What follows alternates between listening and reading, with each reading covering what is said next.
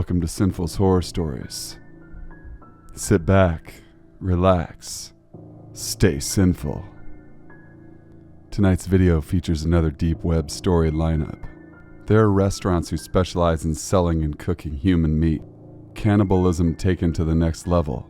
As far as my knowledge, only the most remote tribes with more or less no development were practicing cannibalism, but it's evident enough that even the most literate people do it.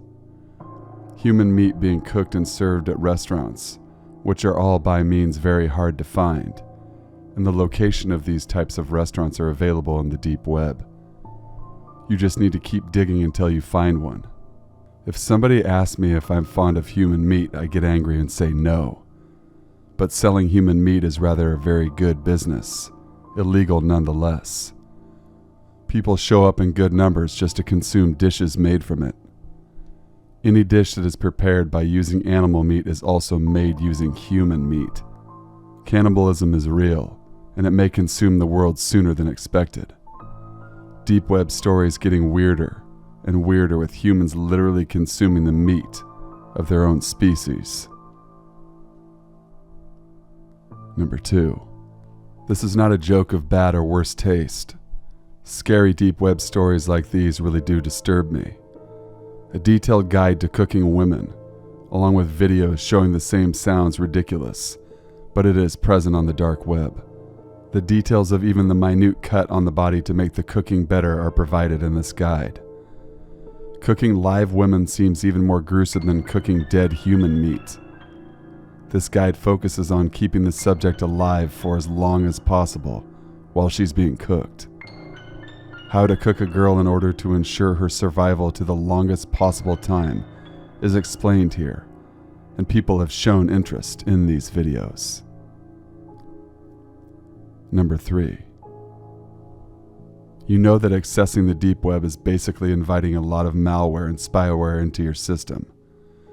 Even with a VPN and top-notch antivirus, people on deep websites from the dark web can still hack your system without your knowledge. I visited a weird website with nothing but login options. I just blindly logged anything works here. You don't need a username or password. Once you've logged in, you could see a hello text file create on your desktop. The next thing I saw really scared me to death. The text file hello.txt had only 3 words. We see you. When such things happen to you, what would you do? I would relocate to a remote place with a limited or no internet connectivity for the rest of my life. After I closed the website and deleted the hell.txt file, after every restart the file would pop up on my screen until I had to reinstall the entire operating system. 4. People who are sexually attracted towards transferring or receiving STDs, sexually transmitted disease, are known in the deep web as bug chasers. There are lots of darknet sites which support this idea, and darknet ensures that these like-minded people talk to each other. HIV, chlamydia, and syphilis are the most common among STDs, and many bug chasers are boasting about spreading these diseases to unwitting people. There are many dark web forums with scary deep web stories, and this one is one of the creepiest, since STDs on purpose is not a good thing to do. It is a heinous act committed just for the bodily pleasure. A group of men were injected with HIV-positive blood as a way to reach climax during a sex party in 2007. Number 5. A fiction turned into a silver reality. Sad Satan is one of the deep web stories related to games. A typical glitch game which made the system behave erratically after downloading and installing from the dark web. Sad Satan became popular very fast. Images of demonic children with irrelevant eerie music along with 2 celebrities, Jimmy Savile and Rolf Harris, who are linked to sexual child abuse, and more really did bring out the worst gaming experiences nonetheless. People liked it. The images of kids were actual photos of kids being molested, as some sources claimed. People were confused at the beginning about the existence of this game, which was later cleared when a game house released its own version of Sad Satan. Number 6. Are you thinking that pink meth is a kind of drug? I don't blame you if you do, since the name has meth in it. We conclude it to be a drug site. However, it is completely different scary deep web stories shared here. Pink Meth is a website which stole nude photos of both genders and allowed visitors to share them. The other shocking option is that the visitors can update information about the person in the image, which led to harassment. Due to the victims of the brave face spoke out the truth, the government had to intervene to shut down the website. However, rumors about pink meth still being active is scary news for those who are dating. Number 7. The 255,000 job opportunity. One of the weird deep web stories is the 255K job opportunity. You are offered $255,000 for 6 months, and you have to work on a ship at the same time. Would you be willing to take the job? There was no other information about the job, but it does provide a few services required or few talents required to even be considered for the job. Some of these criteria were combat experience, 6 months on a ship, no communication with the outside world. $255,000 is the total payment for 6 months. When you offer little over $250,000 for 6 months of work, you would certainly consider it, but the other options or points mentioned were screaming red alerts. Combat experience and no communication with anyone for 6 months sounds like a death door invitation to me. Number 8. There were a series of snuff videos released in 2012, which had a huge impact on society. A 19-year-old girl who was found out to be Peter Scully's girlfriend and a prostitute by profession tortured, toddled in between the age of 18 months to 4 years. The most horrific series of 3 to 4 videos caught mainstream media. She tortured toddlers in the most heinous ways. It reminds everyone of the lowest standards of a human being. The mental depravity or the pleasure they get from torturing young children describe a new level of insanity. The introductory scene invited all the viewers to see the mental breakdown of Daisy, who was a toddler. The thought of injuring a little baby around 18 months in itself is horrific, and they did it for so many children up to the age of 4. These videos were uploaded with a cost as high as $10,000 per clip, which says a lot of people who are interested in watching such terrifying acts by paying for it. In the end, it was Peter Scully who was the mastermind behind the pedophile ring, and the last news about him was that he was arrested and up for trial in a foreign country. Child pornography is illegal all over the globe, and watching it can be considered illegal too. We don't need to see another Daisy's destruction videos made. Be aware of your surroundings and keep your children safe. Number 9. The more you search for deep web stories, the more shocked and amazed you would be. There are many sites which will redirect you to weird places. A similar site had a link that was anchored as, "For journalists and people new to deep web." Just out of curiosity, we clicked the link to see what it was all about. The new web page started to load and the image of an old Asian man with blood on his chin was still loading. I closed the tab since it was making me sick to see the rest of the image. We still kept wondering what the rest of the image was. It may be a severed head or a body in a bad state. Nonetheless, these images will disturb you psychologically. I really should thank the slow internet, since I stopped it before I could see the entire image. Number 10. Experimentation on humans is completely forbidden and considered if you do an experiment. As per history, Hitler had an entire science division dedicated to human experimentation during World War II. Some of his will to experiment on humans having lingered over the decades, people are still doing it. There are many websites on the deep and dark web which invite people to human experimentation. The common target individuals would be orphans and kidnapped victims. If an orphan goes missing, no one would care since such is the world these days. People are forced into experimentation while others willing to agree to be experimented on. Hidden Wiki redirects you to these sites, which are related to human experiments. These sites have lately been inactive as per many deep web users. They may be shut down or laying low due to the radar of authorities being focused on them. Nonetheless, an urban legend of deep web stories human experiment is not a myth, but it still happens. Maybe not at this point in time, but it will emerge again in the future. Number 11. Dead Girls, as the name indicates, is a site which shows images of dead girls between the age of 5 to 16 years only. It is a horrifying view and endless images of dead young girls. Out of the many deep web stories that we pondered upon, this is certainly the scariest. The site warns every one of its viewers to not take or save these images, or the dead girl's ghosts will haunt you forever.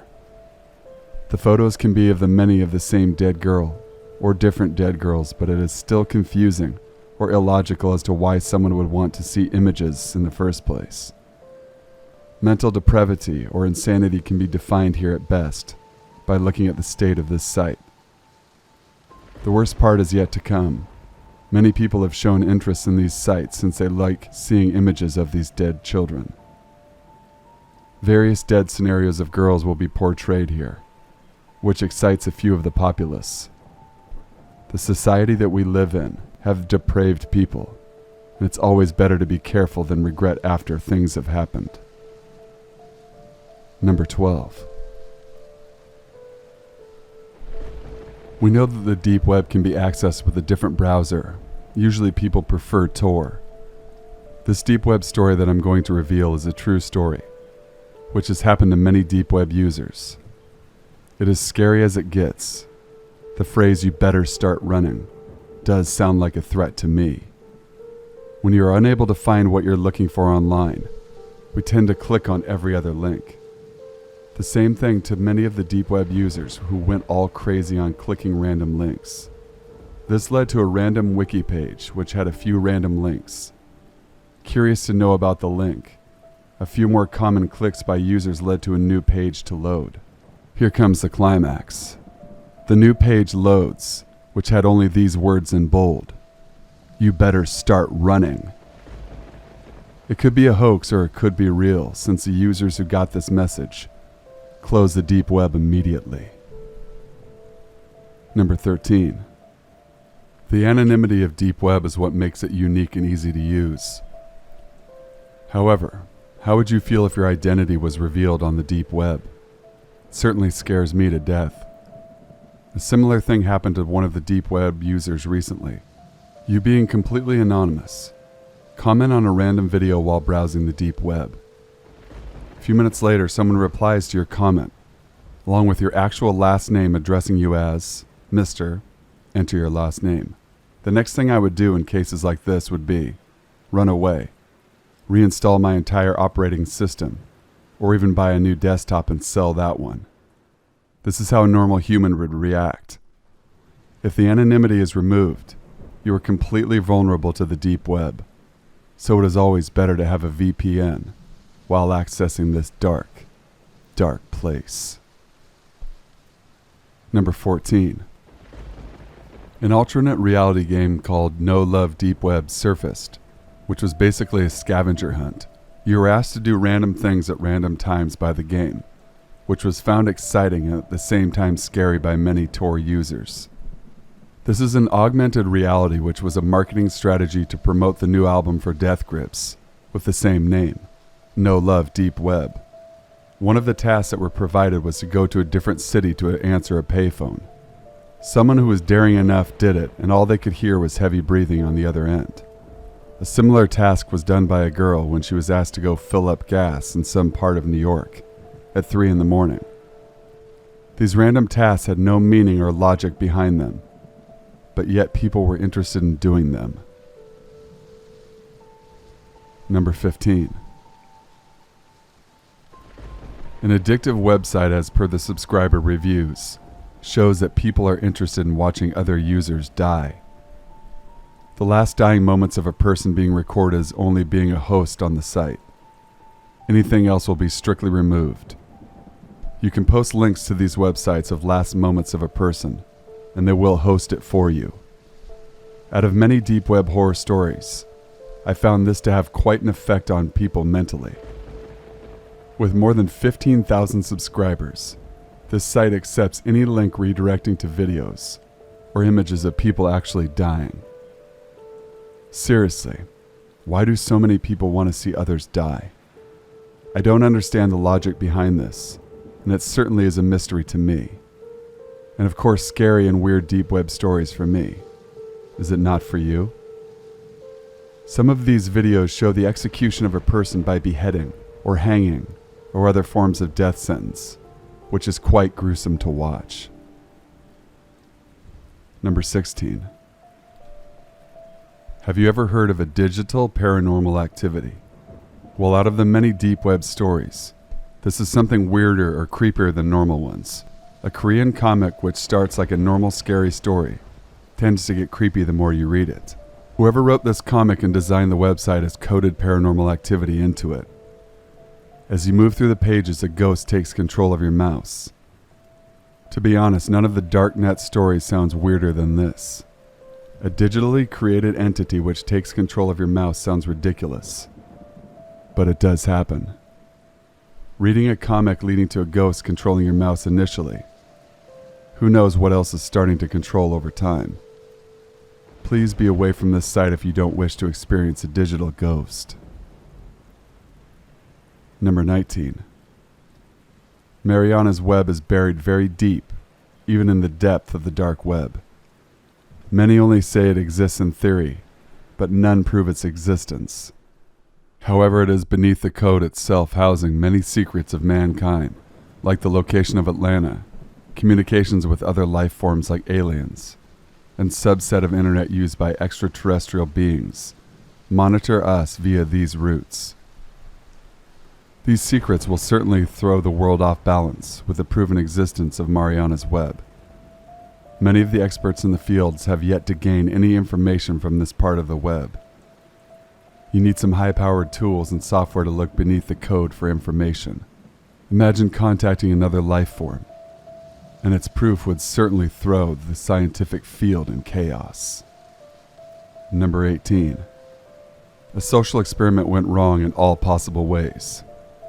Bad Self-Eater was started in 2016 by a man who physically started dropping fake currency notes with ominous things printed on them.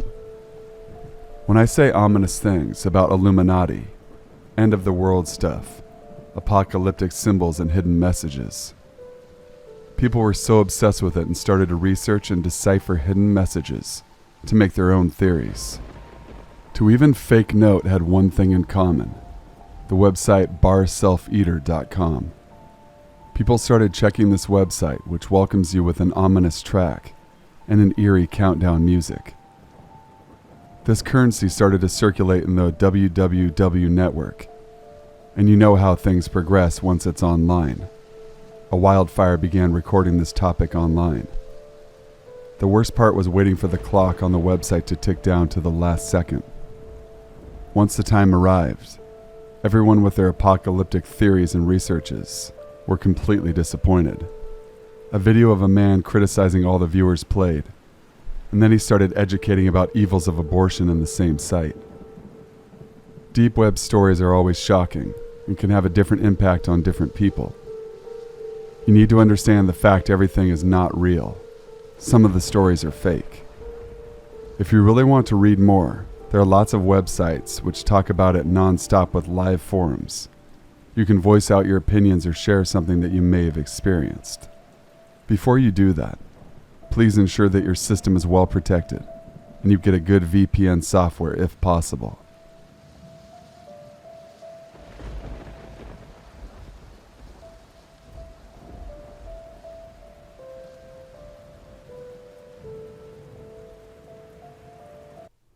My Cousin and the Dark Web, Part 1. My mother and father were killed in a terrible car accident when I was 6 years old. Since then, I've been raised by my aunt and uncle in Texas along with my older cousin. It took me a while to adjust to this new arrangement, but in time I came to accept my aunt and uncle as parental figures. The person I was closest with was my cousin Lacey, but we were more like brother and sister. Living in Texas, we would often hunt and fish. My uncle taught both of us to be expert marksmen when it came to hog hunting. This comes in handy in the southern United States, where these wild pigs are considered pests due to their effect on the ecosystem. By the time I was 13, I had become a terrific shooter. My uncle sometimes joked that I could become a police sniper. Over time, my cousin and I both developed an interest in computers. This was in the late 90s and early 2000s, when the internet was a much newer phenomenon, and the idea of an information superhighway was very fascinating to both of us. Lacey is 2 years older than me, and thus graduated high school sooner. She was accepted to the University of Texas with a scholarship in computer sciences. As for me, my initial enthusiasm in computers has since waned into casual interest. My ultimate passion was sports journalism, and I would end up attending the University of Southern California with a scholarship in that field. In summer of 2006, I finished my sophomore year while Lacey had graduated from college and was working for a large technical firm in Houston. It was summer break and I hadn't seen her in a while, so I flew into town to visit for a few days. After spending a couple of hours catching up, she brought up a subject that had since come back to haunt me. She referred to it as the dark web. One of her coworkers had been bragging about spending time there, claiming to have purchased drugs on numerous occasions, and also watching some very hardcore videos that cannot be found anywhere on the regular internet. Lacey learned that this part of the web could be only accessed if you were a really good hacker. This predated Tor software by several years. Hacking had become a hobby of hers and she decided to check it out. I figured, what the hell, right? What could be so bad about this dark web? Well, plenty as it would turn out. As we went browsing, we both lost count of how many hitman advertisements, drug dealers, and animal torture videos we saw. Some videos were live streams of what seemed to be genuine rapes, which caused both of us to cringe. When we even saw things like crush porn, apparently there are people out there who are sexually aroused at the sight of baby animals being crushed. Despite all these horrors, Lacey had a strange fascination with this place, but I had already lost interest. Eventually she came across a link entitled TJ's Horror Shop. It sounded corny as hell, but Lacey clicked on it anyway.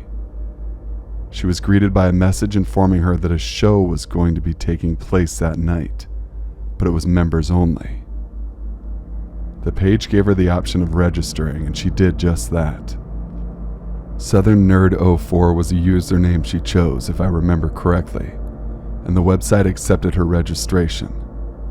She seemed eager to see what this was all about, but I felt very uneasy. From what I had seen so far, these people on the dark web are the type who hide their true colors, and I didn't want to see Lacey associating with people like that. After her registration went through, we were greeted by a digital clock, gradually counting down to the beginning of the live stream. It felt like an eternity, but the clock eventually reached 0, and the screen lit up. We saw a man wearing a skull mask, skeleton gloves, and dressed in leather. He was twiddling his fingers like Mr. Burns. We heard him speak in a deep, distorted voice. "Greetings, everyone. Welcome back to TJ's Horror Shop. For all the newcomers, it is my pleasure to welcome you into my house of horrors." It seemed like a little silly show, but given everything else we had seen on the dark web, I wasn't convinced that something truly sinister was out of the question. Tonight's first victim. 2 other men who were also wearing masks and dressed in leather dragged a third person in front of the camera. His hands were tied behind his back, and there was a bag over his head like he was some kind of hostage. Andrew Fleming of Charlotte, North Carolina, 43 years old, divorced father of son and daughter. He has been selected as the first victim of tonight's bloodbath. I began feeling sick to my stomach, and I noticed Lacey was beginning to look nervous. For those of you who are new, my viewers are the ones who get to pick how our victims meet their demise. Your username is selected at random. After your name is chosen, a box will appear on your screen to offer you several choices. The option you select is the method in which this poor bastard will die. One of the henchmen ripped the bag off the hostage's head. The man was sobbing in terror and was pathetically begging for his life. I sincerely hoped this was all just an act, but I was becoming more and more convinced otherwise. And now, let the selection process begin. On the left side of the screen, all of the usernames of those watching began to briefly flash up at random. Some kind of algorithm was using some sort of lottery system to select who would determine this man's fate. Eventually it settled on the username, Who Gives a Shit 771. Who Gives a Shit 771, one of our favorite guests. TJ shouted in glee. How will Mr. Fleming's life come to a horrifying end? Let's find out. A box appeared that showed the following options. A. Strangulation. B. Mutilation by chainsaw. C. Repeated gunshots. The user chose the third option. Very well.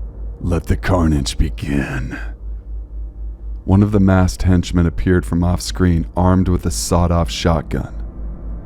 He aimed at the man's genitals and fired. Lacey and I both gasped in shock and horror while Mr. Fleming howled in extreme agony. The henchman lifted the man up and shot him in both kneecaps, causing him to drop back down to the floor and continue begging for mercy. His plea fell on deaf ears. The henchman then took out a 9mm pistol and emptied the entire clip into his back. I couldn't bear to watch anymore. I looked away from the computer and threw up. I heard one more gunshot and the man's screaming stopped. What a delightfully gruesome display. Now on to our next guest. The other guys dragged another hostage into view, also bound with a bag over their head. The bag was removed to reveal a young woman not much older than me. Melissa Cartwright of Pittsburgh, Pennsylvania. 24 years old and single. You will be our next victim. Now let's see who decides your fate.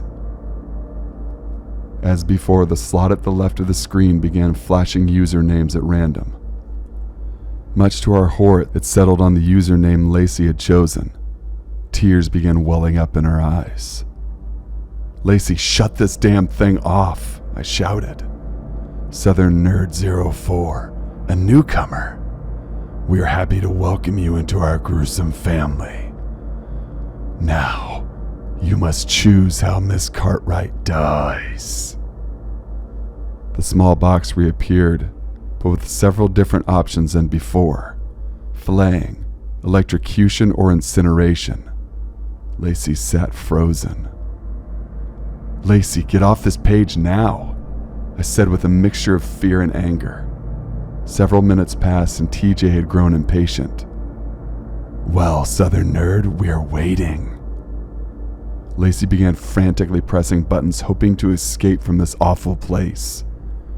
If you don't choose in the next 20 seconds, you will be on our show next, TJ said menacingly. For a moment, Lacey appeared to be considering one of the murder options, but before she could choose, I ripped the power cord from its outlet, shut the damn computer off. Lacey broke down sobbing while I rushed over to comfort her. You don't think they'll find me, do you? She said fearfully. I don't know. I stayed with Lacey a few more days before flying back to Los Angeles. To be honest, I wanted classes to resume, but it was the middle of July. The whole situation with those wackos on the dark web appeared to have blown over. So I thought. Wednesday, July 19th, 2006, 10:47 p.m. I returned to my apartment and flopped down on my bed. I opened up my laptop and was met with a horrifying sight. My generic desktop background had been replaced with an image of a skull mask, the same type of mask worn by TJ and his cronies in that terrible live stream. A video box appeared and a video message began to play. "Hello there, Jason. It's me, TJ." Shivers went down my spine. How did he learn my name? How the fuck did he hack into my laptop? "I believe we have a hostage here that might be of interest to you." The camera angle changed to reveal. No, it can't be Lacey. She was bound and gagged and sobbing in the corner of the room where TJ was filming. There were cuts and bruises all over her face. "Remember when I told your cousin here that she would be part of our next show? I'm a man of my word, Jason. She had a choice and she refused to answer the call, and now she will pay the ultimate price." He bent down and pet her hair very creepily. "Or will she?" I sat motionless, waiting to hear what he would say next. "I decided to make things interesting for our next show. Your cousin will have a chance to survive if, and only if, you eliminate this man." A photograph of a middle-aged man appeared on my screen. Raymond Marshall, 53 years old, of Los Angeles, California. No particular reason why I chose this random person, except for the fact that he happens to live near you. And now, you have a simple choice. Will you murder one person to potentially save another? To be continued.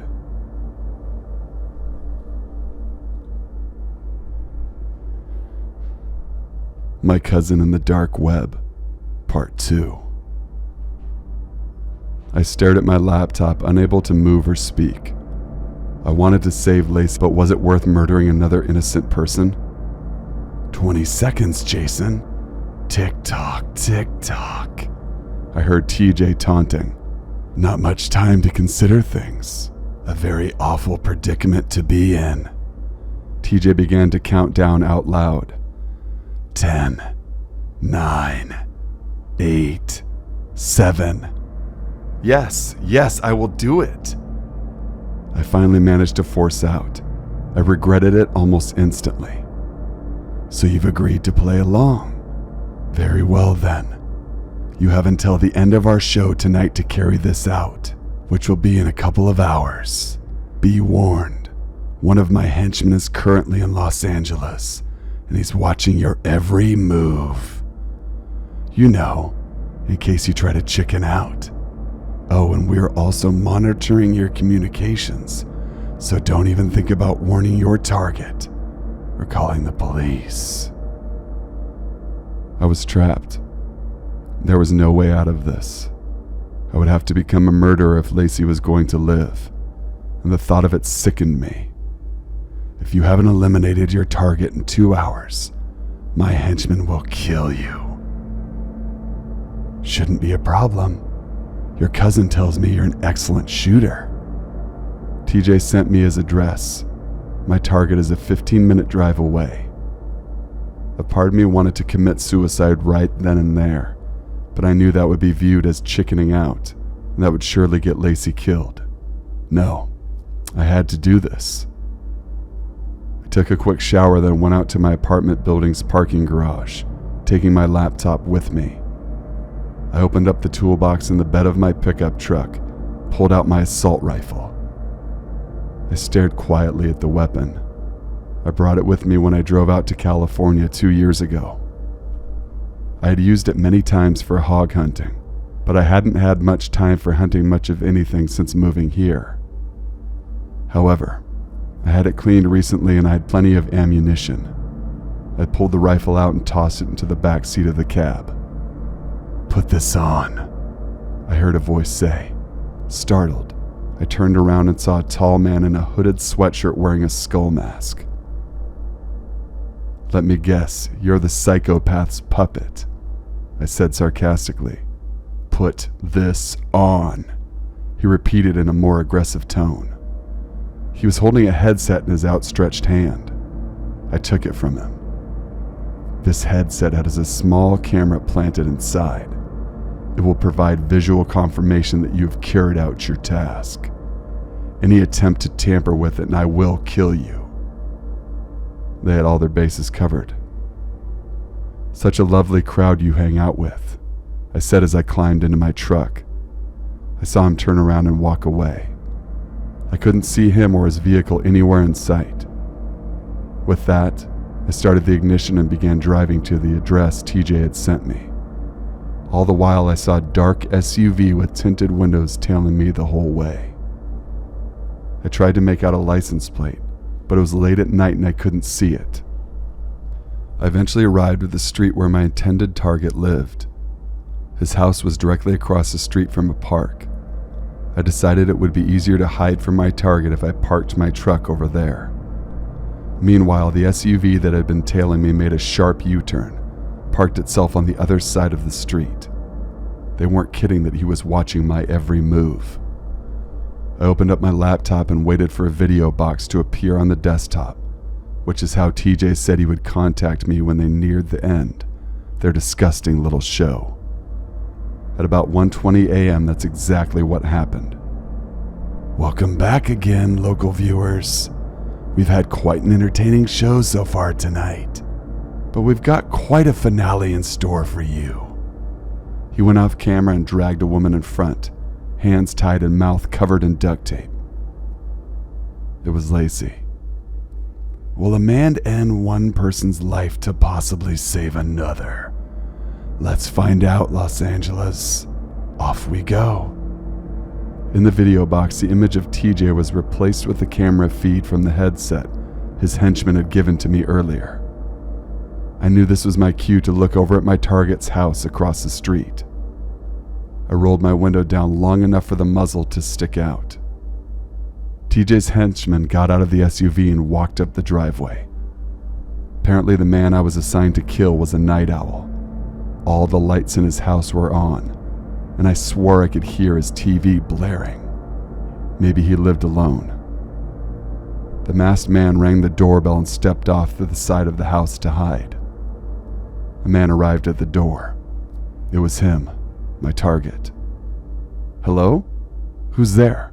I heard him shout. He took a couple steps outside. This was it, my moment of truth. I gathered every ounce of strength and fortitude I could muster and pulled the trigger. It was a direct hit right between the eyes. Raymond Marshall was dead before he hit the ground. The henchman emerged from the side of the house, walked up to the corpse and examined it. After doing so, he looked in my direction and gave some kind of hand gesture, presumably a signal of verification. "Well, there you have it. Our friend did indeed have it in him to commit this murder. Since I'm in a generous mood, I will not kill his cousin," I heard TJ say on my laptop.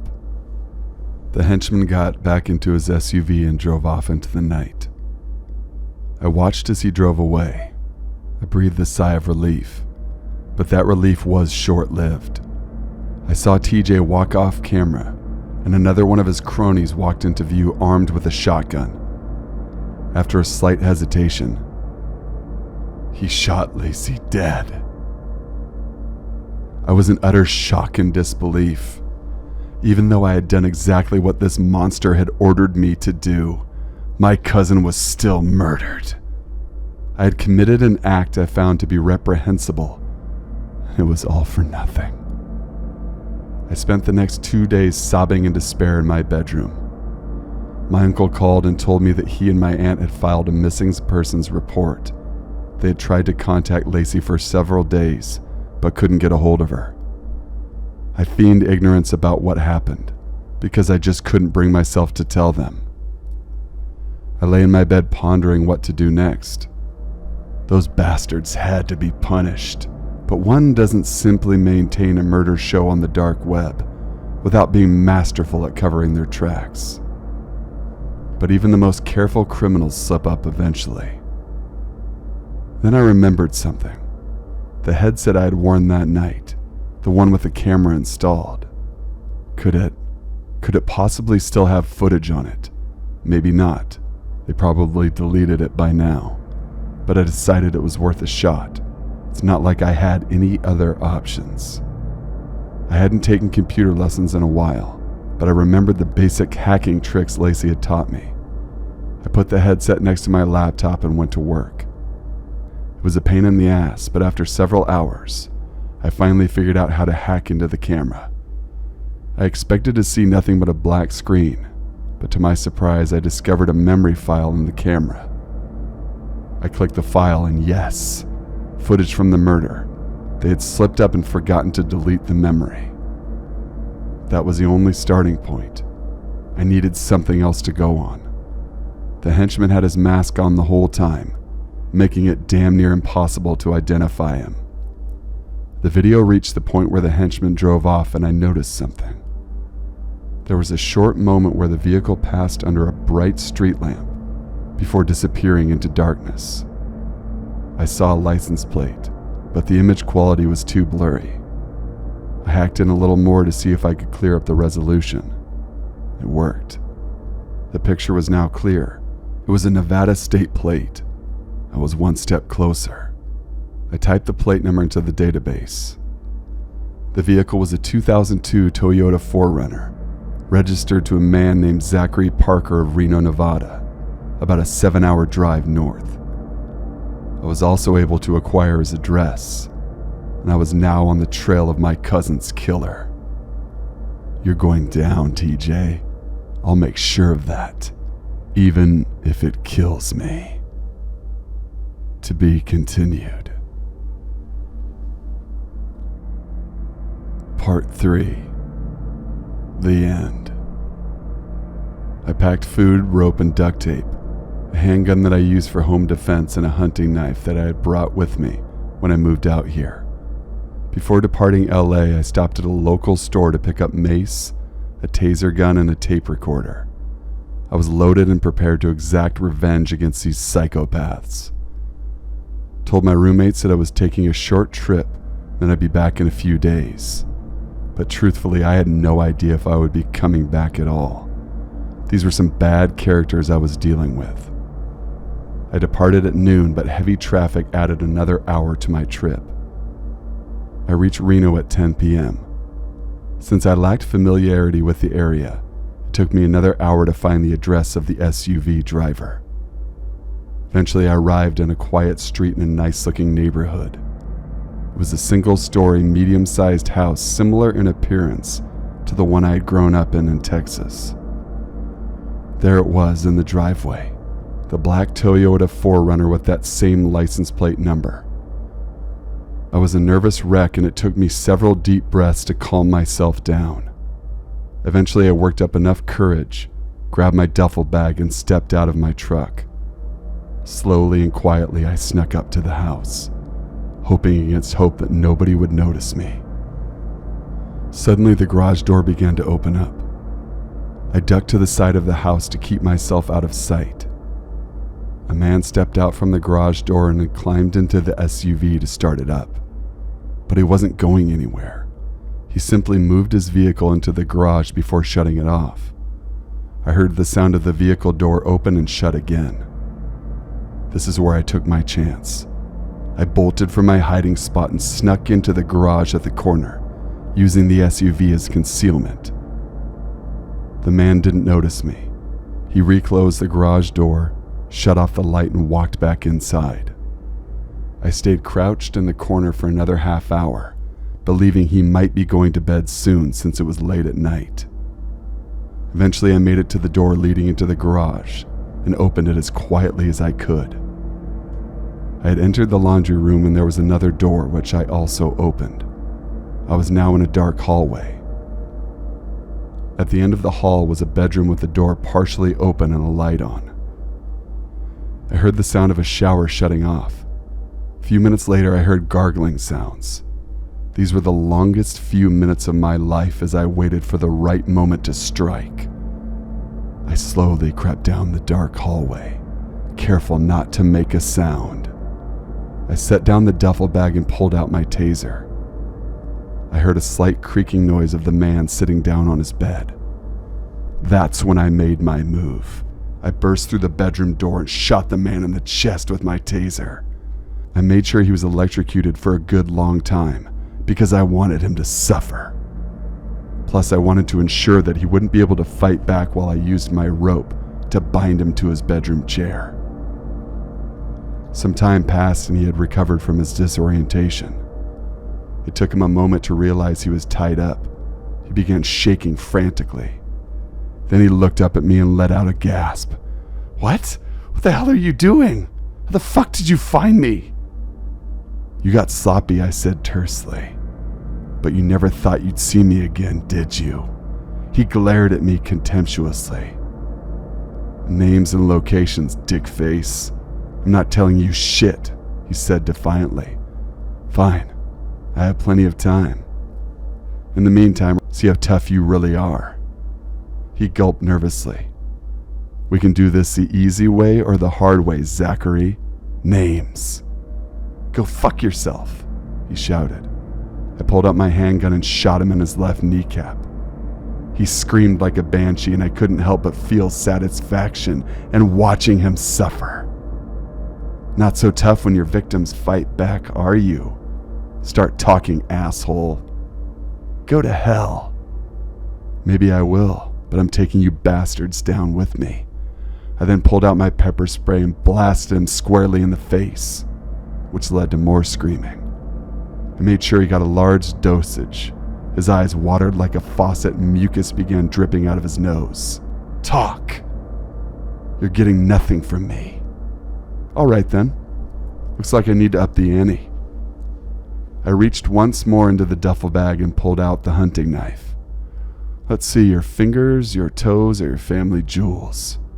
He stared at me silently, sweating profusely. "I'll settle with the jewels."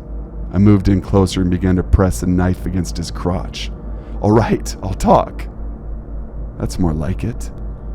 He spilled the beans on the names and addresses of every one of his co-workers. He even gave the address of the abandoned warehouse where they hold their live streams. He said they were planning to have another show tomorrow night. As much as I hated this man, I didn't actually want to kill him. I would have preferred Zachary and his buddies to be kept alive to suffer in prison forever. But I also couldn't take the chance that he would warn his friends that I was trailing him. Pressed a gun to his temple and then I heard a whimper. But it wasn't coming from Zachary. It came from his bedroom closet. The hell was that? "It's nothing. There's nothing there." I opened the closet door and was heartbroken at what I saw. In the corner lay two children, a boy and a girl, tied up and gagged, cuts and bruises all over. They couldn't have been any older than 8 or 9. I dialed the police to report a kidnapping, then departed Zachary's house, unnoticed. With an arrest and a detainment, he wasn't going to be able to warn TJ. I spent the better part of the following day staking out the abandoned warehouse Zachary told me about. I couldn't keep my mind focused on anything else except bringing these bastards down. Eventually the sun began to set, and I decided to make the move on the factory, whether TJ's and his cronies had arrived or not. I took the rear entrance, hoping it would draw less attention. I had my sniper's rifle, a flashlight, hunting knife, and a taser with me. If what I had seen from their live stream was any indication, they always came armed. I opened the back door slowly, but it creaked loudly. I chose to press forward despite my fears, my rifle pointed in front of me at all times. The factory was dim and quiet. Every little noise I heard made me shiver, but I wasn't going to turn back now. I had come too far down the tracks to abort at this point. There was a musty smell in the air, but it soon gave way to the smell of death. I recognized it instantly. Spend as much time hunting wild hogs as I have, and you'll become very familiar with the smell of decaying flesh. I traced the stench to the door at the end of the hallway. I opened it up and shined my flashlight into a pitch-black room. Sweeping the beam across, I saw a pile of dead bodies, some of whom were children. I then shone the light to the other side of the room, saw 3 people bound and gagged in a corner, a man and 2 women. Using my hunting knife, I cut the ropes binding them. "Are you a cop?" asked one of the female captives. "No, I'm just here to help," I replied. Then I pointed at the dead bodies. Yes, they hadn't gotten around to burying them yet. They're running some kind of sick internet show here. "And we were next in line," said the male captive. The other female hostage was too traumatized to speak. Can't say that I blame her. "You 3 get on out of here and head for the police station. We're shutting them down," I said. "You sure you'll be okay?" the male hostage asked. "I'll be fine. These guys aren't as tough as they look. Now go." Without missing the beat, the trio bolted out of there and out the rear entrance. I decided to leave the door to this room open, just to give them a shock when they arrived. I reached the main area of the factory. It was largely empty aside from a few desks, a computer with a webcam, and some extension cords. I noticed a step ladder leading up to the catwalk above. I decided this would be a good place to hide while I continued to wait for their arrival. The wait would not be very long. Less than 10 minutes later, 4 men entered the building through the front door. They weren't wearing their masks and they were all armed with shotguns as expected. The leader was tall, lean, and had blonde hair. "Where the hell is Zachary? Have you been able to get a hold of him yet?" the blonde-haired man shouted in frustration. I quickly deduced this was TJ. "I've been trying to get a hold of him all day, but what? I drove by his house earlier. The place was crawling with cops. I think one of the neighbors knew about those kidnapped children." TJ let out an exacerbated sigh. "Fine, we'll just have to do it without him. I should have known bringing him on board was a mistake. He always was a little careless." "Oh, you have no idea, TJ," I quietly muttered to myself from my hiding spot. TJ approached the desk with a computer and turned it on. "Bring out the hostages. We'll begin tonight's show with the next half hour." "You got it, boss," one of the other men said as he disappeared down the hall. I readied my hunting rifle from the perch on the catwalk. The moment of my confrontation was arriving. TJ fiddled around on the computer for a bit when he suddenly heard a loud scream. "The fuck was that?" TJ said. The henchman reappeared looking frantic and sweating. "The hostages, they're gone." "What do you mean they're gone?" TJ asked incredulously. "They're gone. The storage room door was open. I walked in and they were gone. The ropes had been cut." I saw TJ face palming. "How the fuck did... Never mind. Those people somehow escaped. They're bringing the cops back here with them. We'd better leave now." I wasn't going to give them that chance. I aimed the rifle at the henchman's kneecap and fired. He yelped in pain and dropped to the floor. TJ and 2 remaining accomplices began frantically looking around, hoping to find the person who shot their friend. One of them walked directly in front of my sight line, and I had a clear shot in his back. I fired and stuck him in his spinal cord. He won't be walking for the rest of his life. Now it was down to 2. The last of TJ's cronies rushed to his friend's side, blasted him right in the knee. But this victory was short-lived. I heard a gunshot behind me. TJ had spotted me. I got up and ran as fast as I could across the catwalk. I heard another gunshot, and then another. He pumped the shotgun once more, but I heard a clicking noise when he pulled the trigger. Using this opportunity, I shot him twice in his left leg. He was down like the rest. I climbed down from the nearest ladder to get back to the floor level. TJ was groaning in pain and holding onto his leg. I decided to have a little more fun as I approached him. I fired another round, this time into his shoulder. Took out the hunting knife and made an underhanded toss. It landed in his right leg. Finally, I tased the bastard and made him squirm and flop around like fish on dry land. "Oh, how the mighty have fallen," I said smugly. Once TJ regained his composure, he looked at me. "You? Surprised to see me, you son of a bitch? But how did... Wait, don't tell me. Zachary? Like you said, he was always a little careless. And this time it came back to bite you in the ass." TJ chuckled. "Okay, so now what? You'll be going to prison with the rest of us. Or have you forgotten the murder you committed on our behalf? I angrily struck TJ in his chest cavity with the butt of my rifle. On your behalf? You blackmailed me, dipshit. You said you would let Lacey free if I killed Raymond Marshall. No, I said I might not kill her if you killed him. In case you've forgotten, it was my henchman who pulled the trigger on your cousin. Close enough. These men follow your orders like blind sheep. Her blood is on your hands as well as the blood of Raymond Marshall. You know damn well I wasn't a willing participant. You're right, you weren't. Marshall's death was my responsibility. But so what? You can't prove it. You're still going down with the rest of us.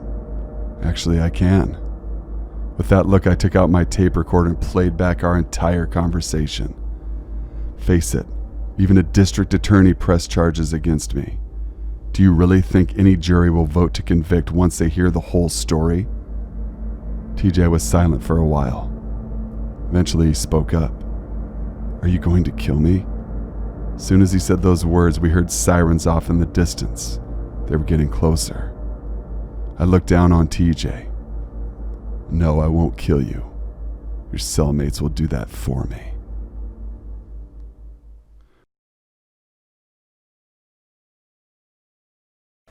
Story number 1.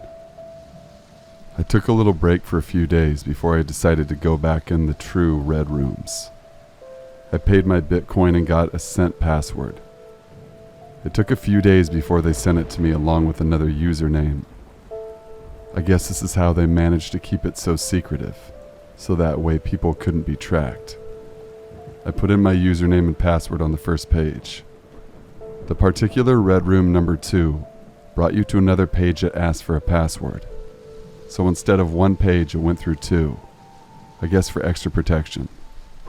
A bright red screen flashing big bold black letters read, Live Dissections Inc. Underneath the black box was a list of IP addresses that were recorded. Beside each one were the words permitted or banned. I assume some people abused their privilege on this site, or possibly tried to hack it. They wanted those people to know they were being watched. As for the rules on the written site, they were simple. Number 1, you can pick and choose from a list of surgical tools. There were cranium drills, bone saws, rib knives, and all types of cutting and dissecting instruments. The list went on and on. Number 2, you must keep paying Bitcoin to keep playing. You communicate what you want to the victim through the chat box. You are not allowed to chat with other users or make comments to them. 5 users popped up in the chat box, including me. Your waiting time is 5 minutes popped up on the black screen. Then the live stream began to start. I took a deep breath. A man who is obviously sedated is lying in what looks like a green dentist chair. He is in a hospital gown. His wrists and ankles are strapped down. 2 people in doctor's scrubs and masks were injecting him in the arm with 2 different needles. Then the messages started popping up on the chat box. One user typed, I want to see an amputation of the arm, please. Another said, drill his head open and pull his skin down over his face, like they do with autopsies. Another user wanted a complete organ dissection. Other users typed in foreign language that I couldn't understand. I think I'm going to throw up. I could clearly see the poor man had labored breathing. They must have had him really sedated. All of these people were sickly bidding on what they wanted to see. The surgery that won was the arm amputation. I was glad I would not have to view the other 2. I don't think I could have stomached it. The user, C Dead Riser 5893, must have paid the most Bitcoin. I saw one of the surgeons grab a scalpel as camera zoomed in. Then he began to cut through the man's hairy arm right above the elbow. Oh my God. The guy was alive and dark red blood started gushing out of his arm onto the floor. You could see the muscle twitching underneath as the camera zoomed in on the pink, fleshy, bloody mass. Now, C Dead Riser 5893 was typing in the chat box. Yes. Oh, yes. This is fucking amazing. I'm getting off right now on this shit. What looked to be a huge towel or gauze pad was placed between the cut, open tissue and stuck in completely through the arm. You could see it hanging out the other side. The hairs on my neck began to stand up. He then began to move it back and forth through the tissue in a sawing motion. He was cutting the remaining attached tendons and ligaments, I guessed. Suddenly the man started to wake up and moan in pain. His eyes looked a bit squinty. He looked down and literally passed out. They injected him again with the needle. I wanted to look away. Another user named Urgent Surge 666, who seemed to know all the steps of the amputation, typed, "Use the bone saw and cut it off." Now what looked to be a bone saw was picked up. It looked very eerie with its sharp little teeth like points. The surgeon gave a thumbs up to the camera and began to saw straight through. The saw hummed as I could see little particles of white bone going up in the air. Scissors were used to finish cutting away the globs of flesh still left in place, and just like that the arm was pulled away. The surgeon tossed it towards the camera. It hit the ground with a loud splat. I wanted to turn the computer off. Our victim was now an amputee. There was a lot of blood coming out. The victim started turning an ashen gray color. This guy was going to die and bleed out. "Do you want the artery to be clamped off or do you want him to bleed out?" popped up on the message in the chat box. One person typed, "No." C-Dead Riser 5893 said, "Let him bleed out. He's not going to wake up after all of this." I couldn't believe how casual he was about leading this man to his impending death. I found myself yelling at the computer, "Clamp it off, clamp it off." I knew I wanted results I would have to pay more Bitcoin, so I did. I typed in "clamp it, save his life." I was this poor guy's lifeline, while he was at the mercy of a bunch of crazy people who wanted him dead. My heart was beating out of my chest. I was sweating, about to have a panic attack. "Kelly clamps," shouted the surgeon. I felt relief as he clamped the bleeding artery off. Thank God. Then the nub was dressed with gauze to stop any extra bleeding. The worst part was when the guy finally woke up. He was laying there for about 15 minutes and the surgeons were slapping him on the face and laughing. He was coming to and in shock. I could see the surgeons undoing the straps and helping him sit up. How the hell could they laugh at what they had just done to this poor man? They almost killed him and took a part of his body away for no damn good reason. For what? All for the expense of someone else's pleasure. Made me sick. The man looked down and his eyes bulged out of his head. He looked to be in disbelief. "My arm," he shouted, with a hoarse-sounding voice. I could see the nub moving as he was trying to figure out where his arm went. His mouth hung wide open. The surgeons were patting him on the back, and he began to cry. One of the surgeons motioned for the camera to be shut off. Everything went black. The live stream was over. I shuddered. Unfortunately, I still had 3 more rooms to go. Story number 2. Hello, my name is Scott. I was recently diagnosed with depression, so my life has really been bad recently.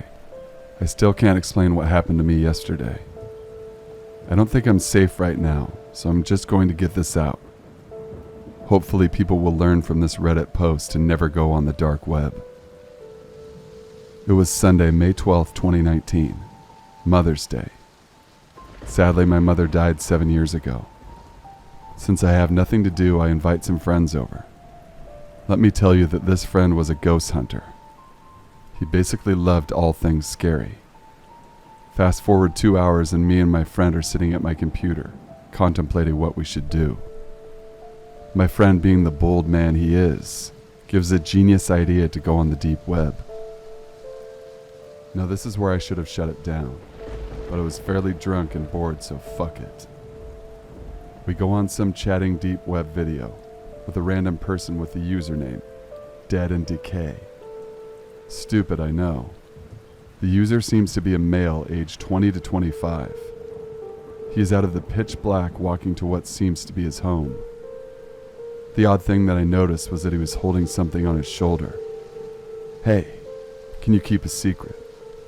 He says, sure man, what's up? My friend says, I just killed someone. He said some pretty graphic stuff after this. I'll spare you the details of what he said. My friend isn't fazed by this comment. I, however, am pretty spooked by this. Mostly by the bag that he is carrying. He then comes to a sudden stop and drops the bag in what seems to be a backyard. This looks very similar to my backyard. I know this because there is a very big hole with a patch of dirt, which is where I buried my dog last year. Out of curiosity, I got up out of my chair and went downstairs out to the back door. Me, being the drunken idiot that I was, didn't bring a knife or my friend. Just a dusty-ass flashlight. What I saw when I walked outside still haunts me. I was hit with a rotten smell. I saw a skinny man digging out a hole where my dog was and taking his decaying body out of its resting place and putting another body in there in its place. I tried to chase after him, but it was no use. I called the police, but nobody believed me.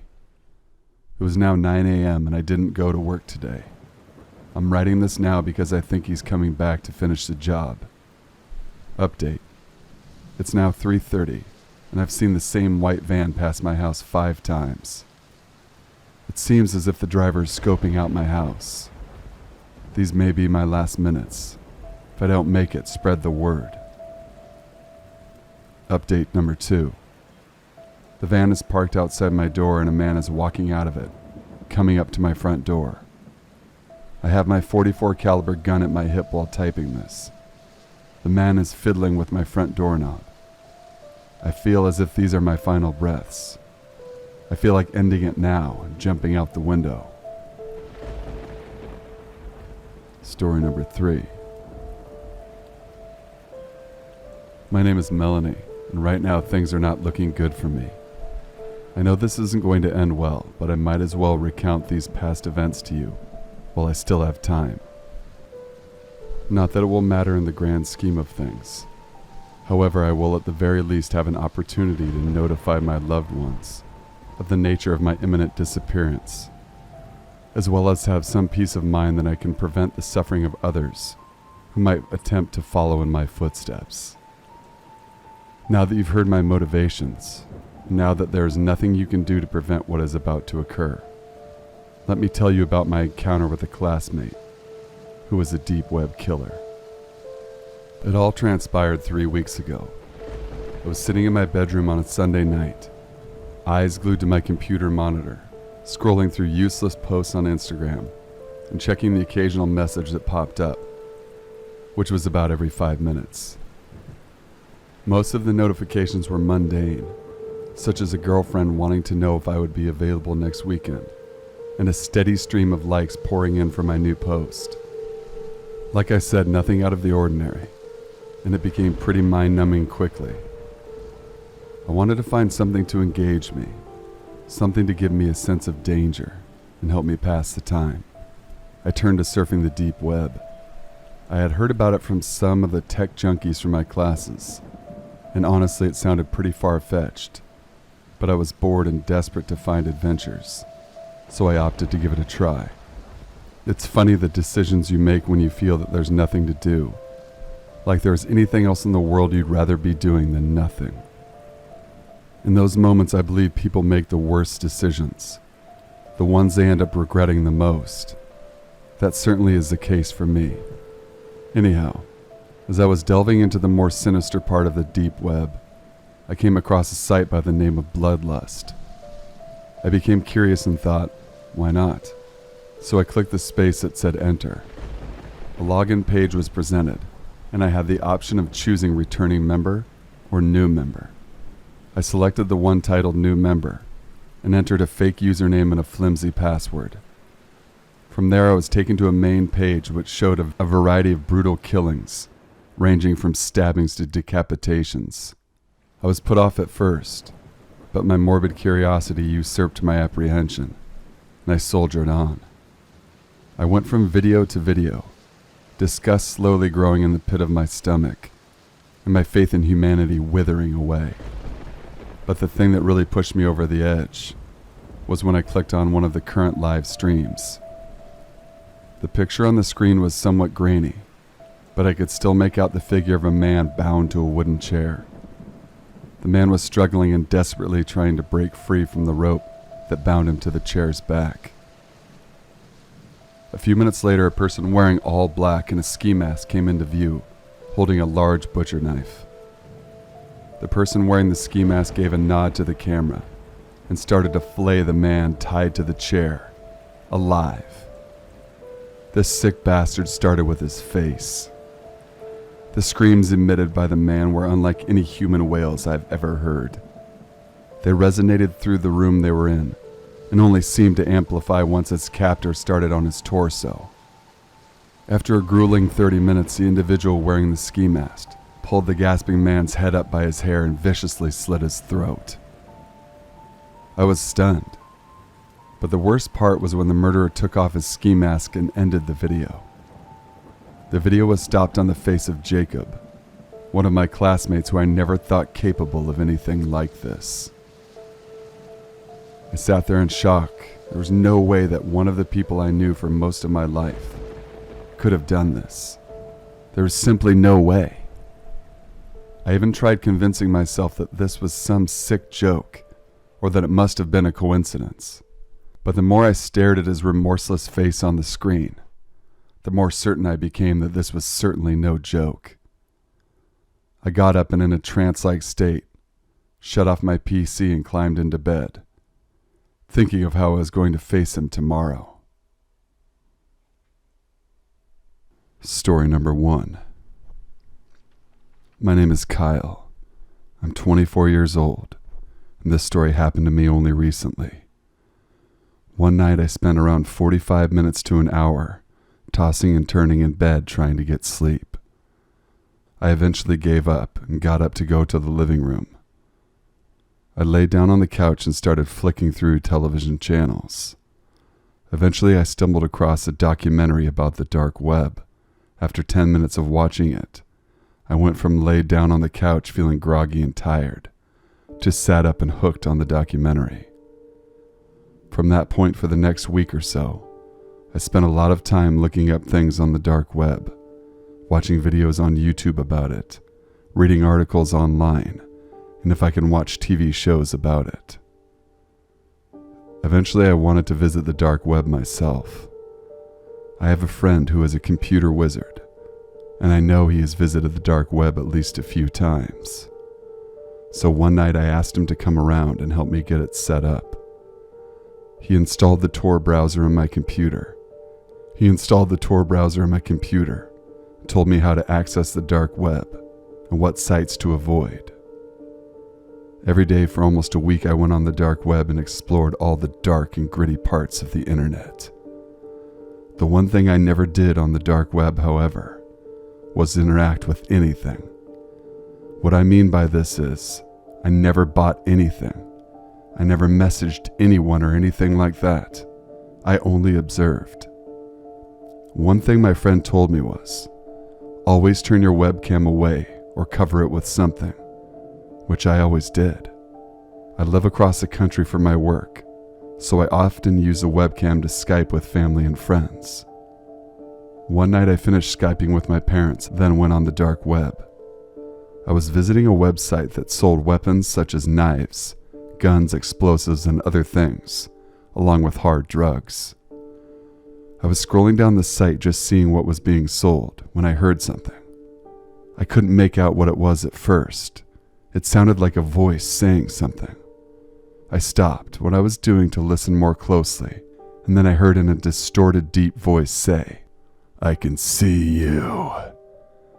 I instantly looked at my webcam and realized I forgot to turn it off and turn it away. I turned off my webcam and went to close down the site I was looking at, but my mouse froze. I couldn't move it. I started pressing buttons on my keyboard, but my computer wasn't responding to any of it. The voice then said, "Let's see what you're looking at."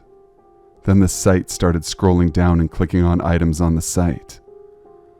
Whoever this guy was now controlling my computer remotely.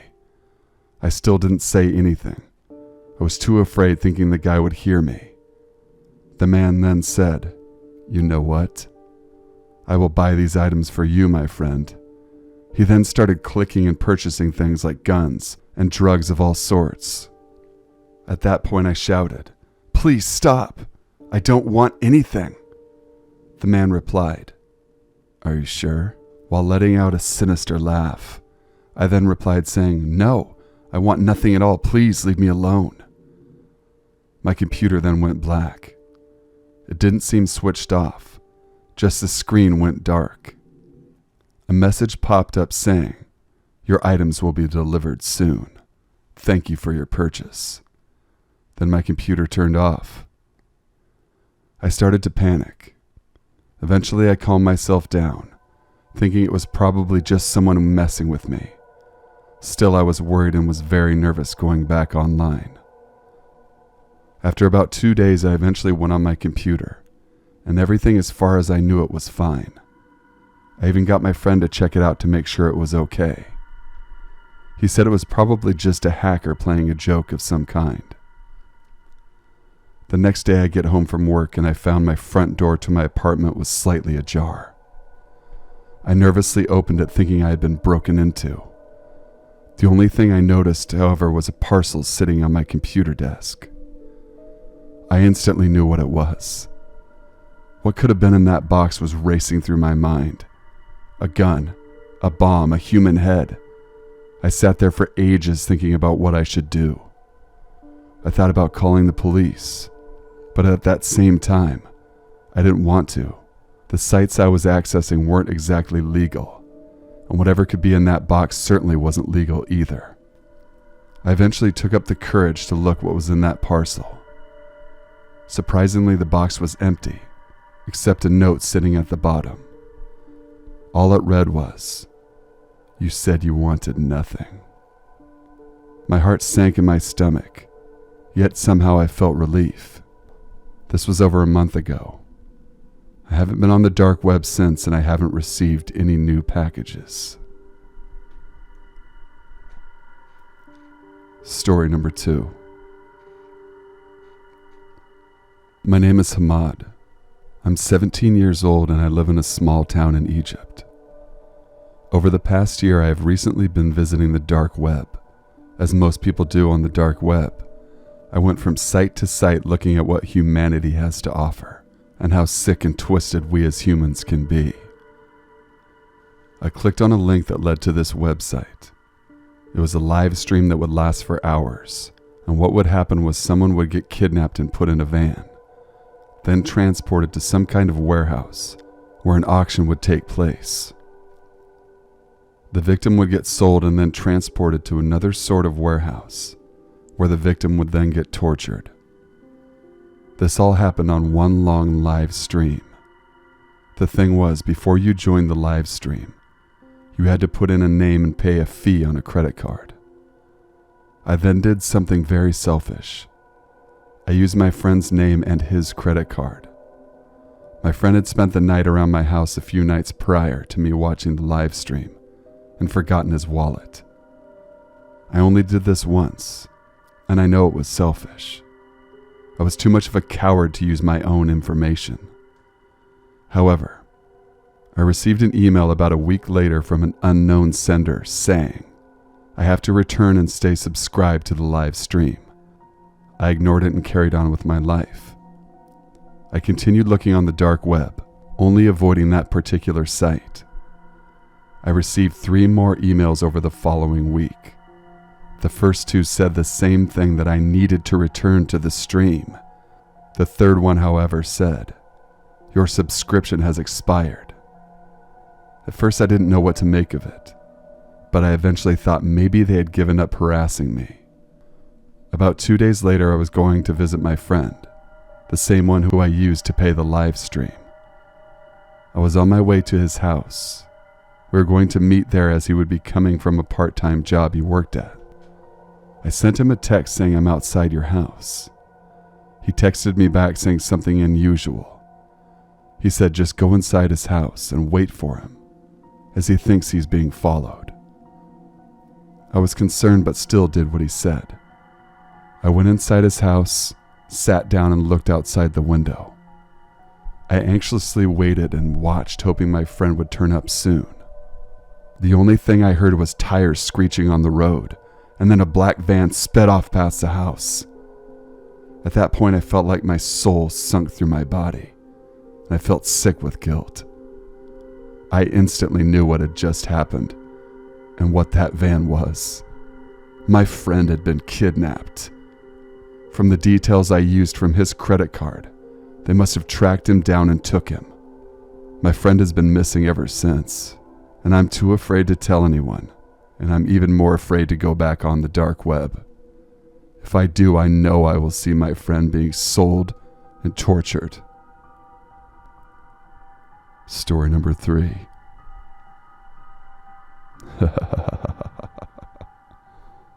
My name is Nathan. This story happened in January of 2015 when I was 16 years old. I used to live in a flat in a very rough part of London. It was just me, my mom, and my younger brother Henry, who was 11 years old at the time of this story. My mom was a single mom and had to work 2 jobs, so me and my brother never got to see our mom very often. She would work early in the morning and come home very late at night, around 11 p.m., sometimes even later. I had to stay home to look after Henry and cook dinner, whilst Mom was working. I didn't have a phone at the time as we couldn't afford it. I did, however, have my own laptop, which I used to spend a lot of time on. I would watch YouTube, check Facebook, and visit the dark web. I didn't go on the dark web often, but when I did, it was only to look around a little bit, and usually I would come across the same similar sites over and over again. However, one day I came across this site on the dark web. It was like a drug selling site, and there was a little box in the corner of the screen which said, "Enter location." Out of curiosity, I put the area of where we lived, and surprisingly 2 users came up. After that message popped up saying interested in dealing, I didn't reply and was about to close the site down when he posted a picture of what looked to be a brand new PlayStation 4. Also, he said he would throw in £100. At this point, he had my undivided attention. As I said, it was just my mom, brother, and myself. We just had enough to pay rent and eat. We had an old Xbox 360, which barely worked, so we hardly played it. The picture the man sent looked like it was taken in a room and looked legit, not some well-put-together picture grabbed off the internet. I didn't fully agree to deal yet, but I thought I would just message back. I said, "Okay, what do I need to do?"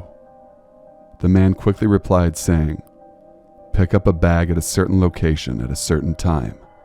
Drop it off at another location. After the deal was done, he would give me the PlayStation." I asked why he wouldn't just deliver it himself and what's in it for him. He replied saying he would get a big payday for this delivery, but he can't go himself because he was wanted by gang members or something of that nature. Eventually, I agreed to do the deal. We set a date to meet at a point where he would hand me the bag of what I assumed to be hard drugs of some kind. I know it sounds really naive to do this, and there was obvious red flags, but I thought to myself, what have I got to lose? Worst thing, the guy shows up with nothing and I waste my time, or I could actually get a new console and some money, which me and my brother would definitely appreciate. I said this to myself, I would only do this once. So 2 days later, around 9 p.m., when it was dark, I met up with a guy from the site who called himself Trip. I left my brother alone in the flat as I didn't think I would be gone for long. I arrived at the meeting point, which was located in a back alley. I stood there anxiously waiting, not knowing what to expect. Finally, after coming 10 minutes late, Tripp arrived. He wasn't what I expected. He was a guy in his early 20s, had long unkempt hair, red baggy eyes, and a dirty old hoodie and dirty jeans. He didn't say anything. He just walked over, scratching his arm. I said, "Are you Tripp?" He nodded his head yes. There was an awkward pause until I said, "Do you have the bag?" He finally spoke and said, "Yeah, the bag and the PlayStation is in the car this way." I walked around the corner towards the car. It was some old banged-up car with the trunk open. Said the stuff was in there. I was freezing and just wanted this to be done quickly. I walked over to the trunk and saw it was empty. I said, "There's nothing here." I went to look at Tripp, but he was gone. I looked around and I couldn't see him. I was about to leave when the next thing I knew, 2 hooded men with masks came out from the alley holding knives.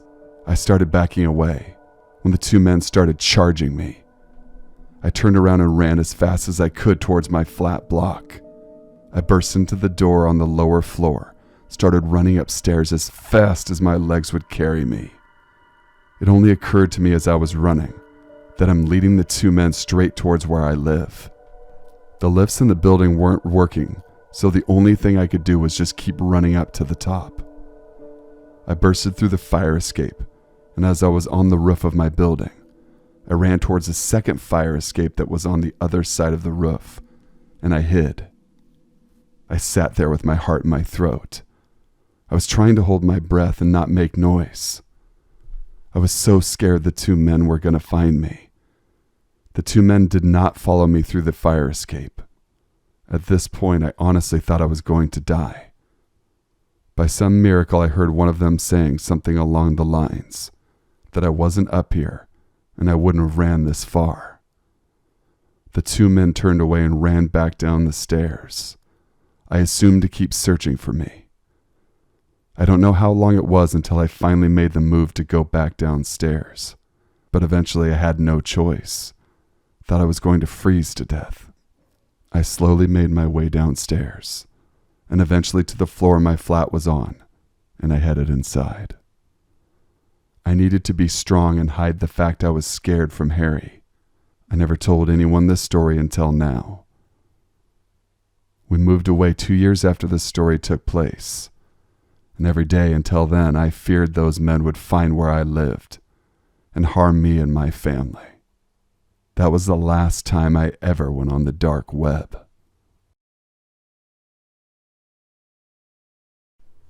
Story number 1. Marco walked into the hotel.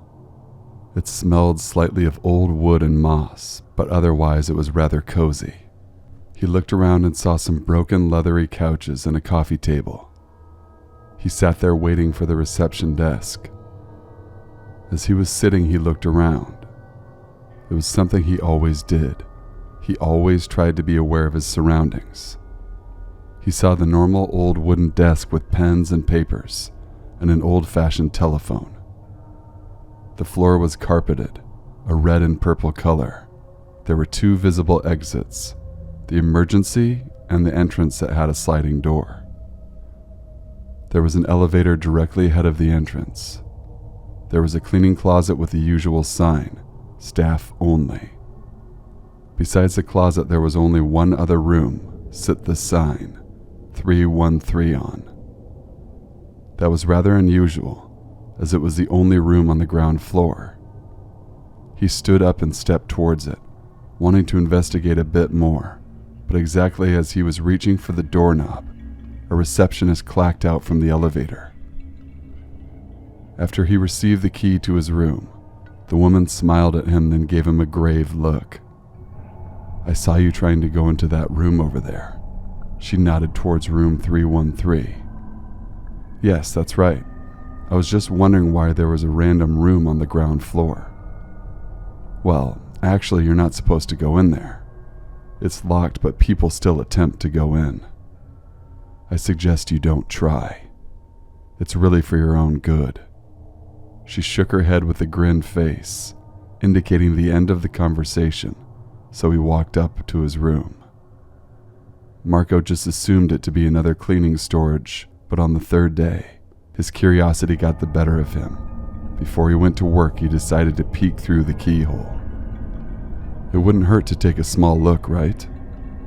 He lowered himself and looked, but all he saw was a blank white cube room. Nothing. Only white walls and a white floor. It wasn't big or small, but it felt cramped. There was no furniture. The only thing in the room was a woman, who was also wearing a white dress, the same shade as the walls. She had her back turned to the door. Her hair was dirty, seemingly scraggly and knotted. It was quite a strange sight which he didn't think would be easy to forget, but it hadn't been that much of a surprise. He thought of much stranger ideas about the room through the past few days. Thinking as he said, he went to work. That afternoon he returned and saw no one else around. He decided to check up on the woman in her creepy room. When he tried to look through the keyhole, he saw nothing but red. Guessing she had covered the slot with a red cloth, he backed away to bump into the receptionist.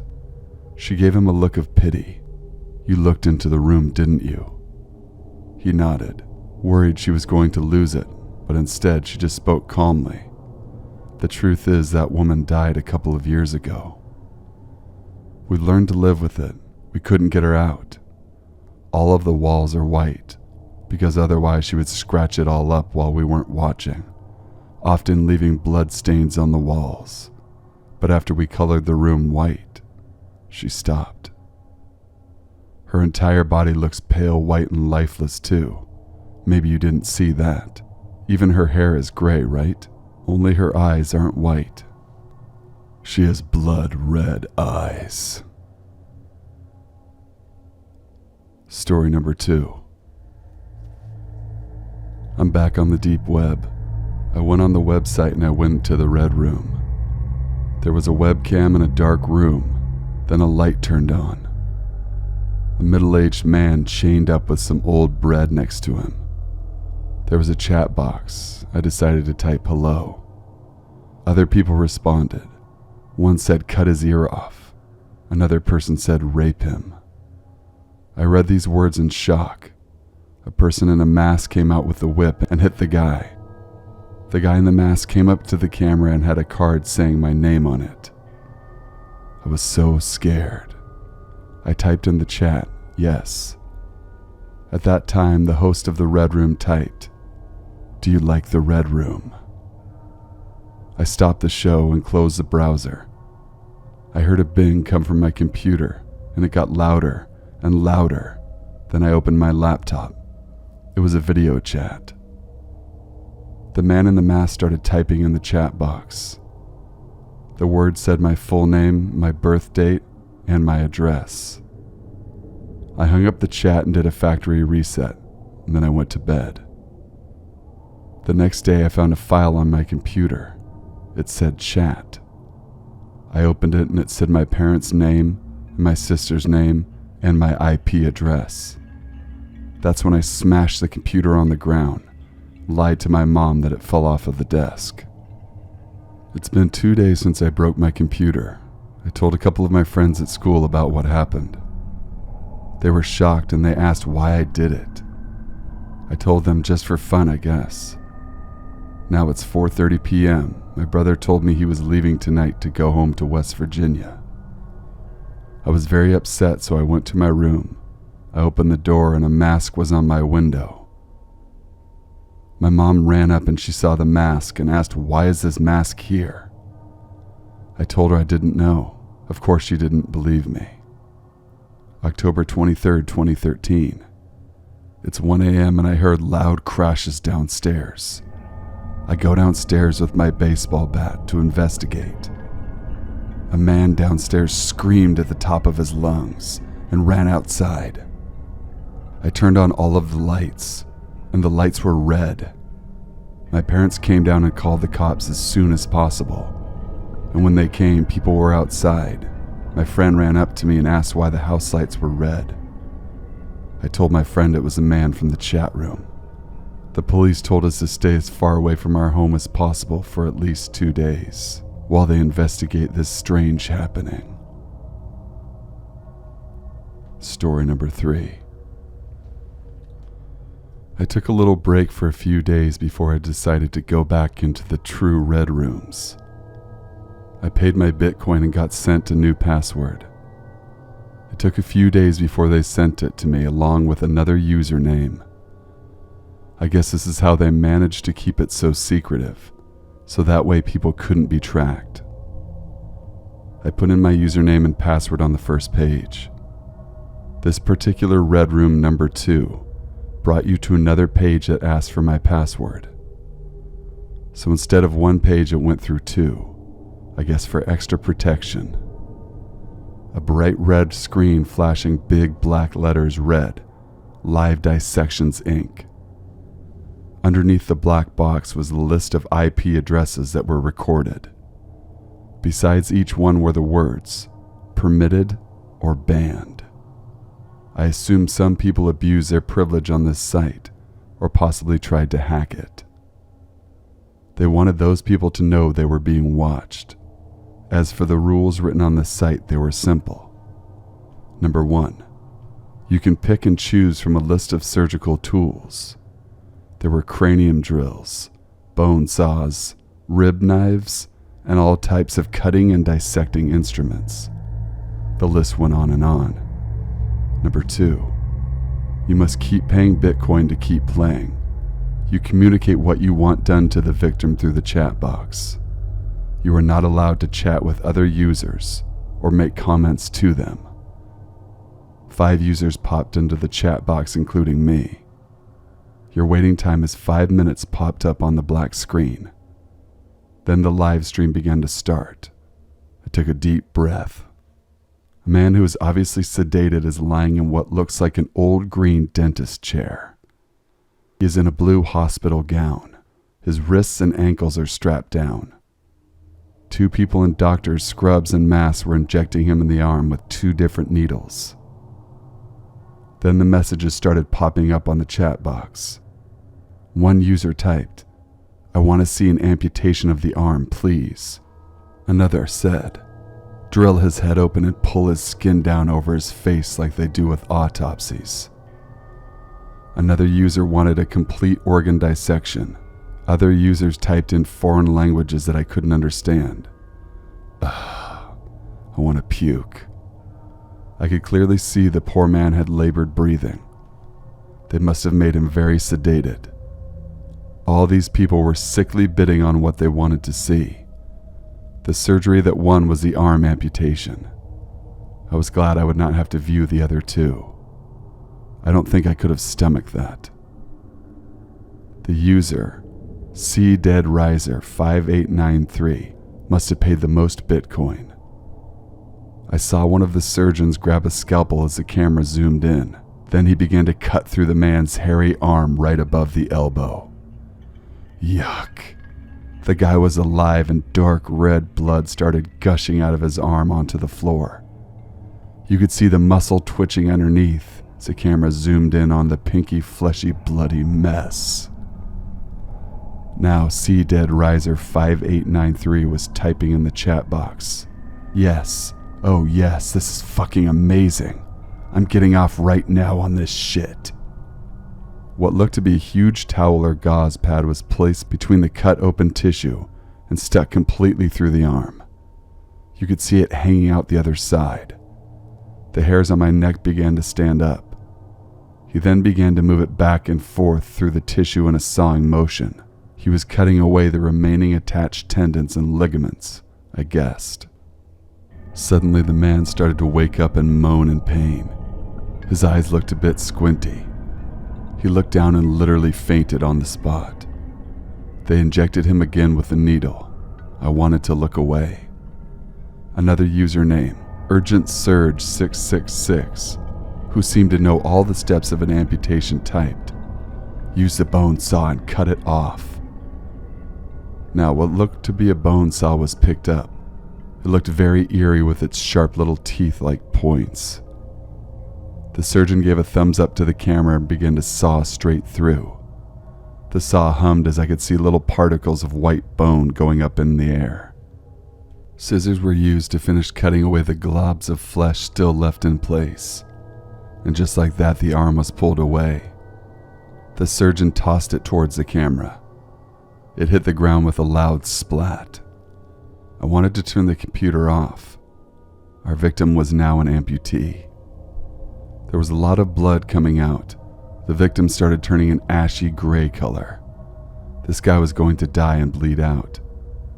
Do you want the artery to be clamped off, or do you want him to bleed out?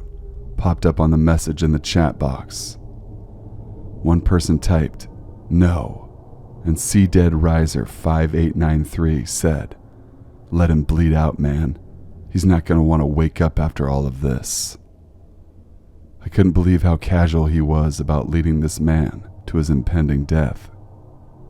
I found myself yelling at the computer, clamp it off, clamp it off. I knew if I wanted results I would have to pay more Bitcoin, so I did. I typed in, clamp it, save his life. I was this poor guy's lifeline while he was at the mercy of a bunch of crazy people who wanted him dead. My heart was beating out of my chest. I was sweating and about to have a panic attack. Kelly clamps, shouted the surgeon. I felt relief as he clamped the bleeding artery off. Thank God. Then the nub was dressed with gauze to stop any extra bleeding. Then the worst part was when the guy finally woke up. He was laying there for about 15 minutes and the surgeon were slapping him on the face and laughing. Laughing. He was coming to and in shock. I could see the surgeons undoing the straps and helping him sit up. How the hell could they laugh at what they had just done to this poor man?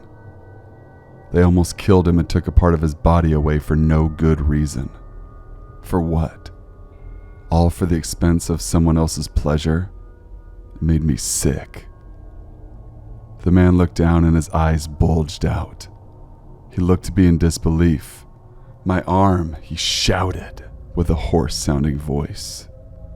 I could see the nub moving as if he was trying to figure out where his arm went. His mouth hung wide open. The surgeons were patting him on the back. He began to cry. One of the surgeons motioned for the camera to be shut off. Everything went black.